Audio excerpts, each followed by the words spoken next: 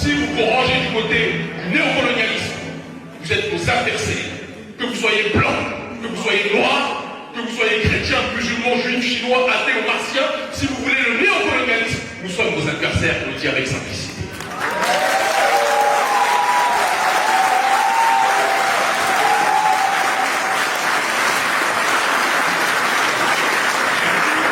Notre combat n'est pas contre le prolétariat français qui a été traité, on l'a vu lors de la période des Gilets jaunes, comme des nègres par le gouvernement néolibéral de Macron.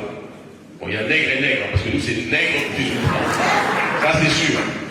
Mais la manière dont ils ont été réprimés nous rappelle que pour l'oligarchie néolibérale, dès que vous êtes du prolétariat, vous êtes ostracisé d'une façon ou d'une autre. Mais ce gouvernement-là, qui pense qu'il peut effectuer une sorte de chantage, en nous disant si vous continuez à mener des actions contre le néocolonialisme, on va vous reprendre le passeport comme si le passeport était un os et que nous étions des caniches qui acceptaient quelque part leur chantage. Je vous dis sincèrement, retirez-moi le passeport et qu'on aille beaucoup plus vite sur cette question. Vraiment.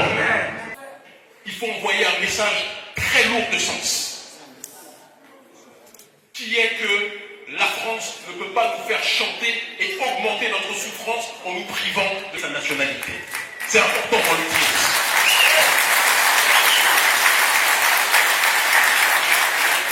Non, nous ne sommes pas des Français comme les autres. Nous n'avons jamais été traités comme des Français comme les autres ici. Nous avons toujours été traités comme des citoyens de seconde zone ici. Et ils croient que nous dire que nous venons de Bamako, du Bénin, de Guadeloupe, de Martinique, c'est nous insulter. Mais ils n'ont pas compris que notre génération a changé son logiciel.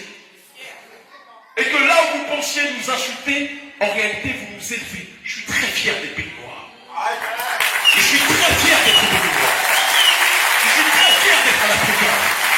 Je suis très fier d'être un homme noir. Vous ne pouvez pas me punir en me disant que vous me privez de nationalité. Votre chantage ne peut pas marcher.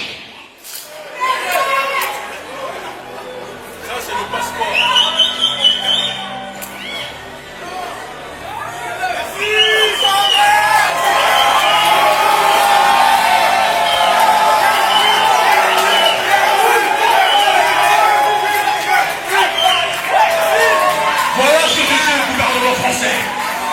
Votre passeport, ce n'est pas un os que vous nous donnez comme si les Noirs étaient des chiens.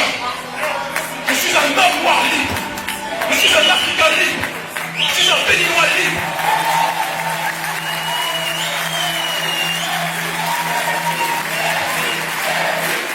Je ne peux, si vous le permettez, cher aîné, commencer mon propos sans rendre hommage à ceux sans qui je ne serais pas présent ici.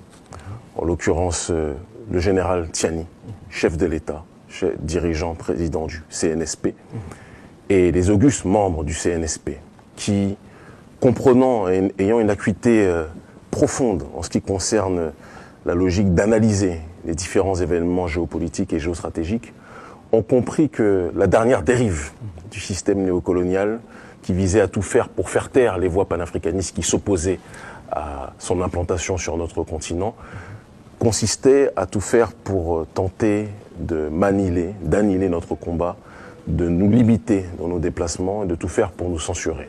Raison pour laquelle ils ont fait en sorte de pouvoir me retirer leur nationalité, bien que je sois né en France.